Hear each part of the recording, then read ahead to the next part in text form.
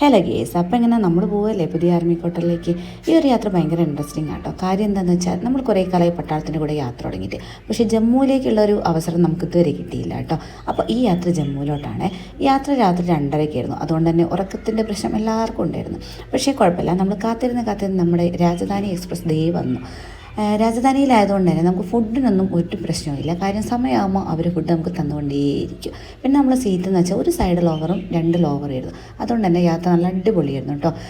ആത്മയ്ക്ക് ഇതിൽ നിന്ന് കളിക്കാൻ ഒരു ഫ്രണ്ടിനൊക്കെ കിട്ടി.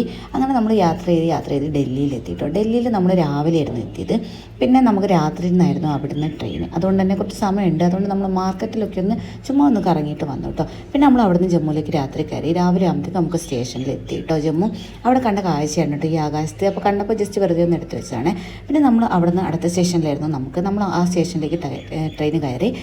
പിന്നെ അവിടെ പോയപ്പോൾ നല്ല അടിപൊളി സ്റ്റേഷനായിരുന്നു കേട്ടോ. ഭയങ്കര നീറ്റ് ആൻഡ് ക്ലീൻ ആയിരുന്നു. പിന്നെ നല്ല ഭംഗിയുണ്ടായിരുന്നു കേട്ടോ അവിടെ കാണാൻ. ശരിക്കും പറയുകയാണെങ്കിൽ അവിടെ എത്തുമ്പോഴത്തേക്ക് ഇവർ രണ്ടുപേരും ഭയങ്കര ടയേർഡായിരുന്നു കേട്ടോ. എന്നാലും പിന്നെ നമ്മൾ ടാക്സി വരാനായിട്ട് ഇങ്ങനെ വെയിറ്റ് ചെയ്തിരിക്കുകയായിരുന്നു. അങ്ങനെ ടാക്സിയൊക്കെ വന്ന് നമ്മൾ ടാക്സിയിൽ കയറി ഒരു അരമണിക്കൂർ കഴിഞ്ഞപ്പോഴത്തേക്ക് നമ്മൾ ക്വാർട്ടറിലെത്തി കേട്ടോ. ഇതായിരുന്നു നമ്മുടെ ക്വാർട്ടർ. ഞാൻ ശരിക്കും ഇതുപോലത്തെ ഫ്ലാറ്റ് ഫസ്റ്റ് ടൈം ആട്ടോ. ഞാൻ ഇതുവരെ പട്ടാളത്തിൻ്റെ നോർമൽ ക്വാർട്ടറിലാണ് വന്നത്. അപ്പോൾ ബാക്കി വിശേഷങ്ങൾ നമുക്ക് അടുത്ത വീഡിയോ കാണാം. ബൈ.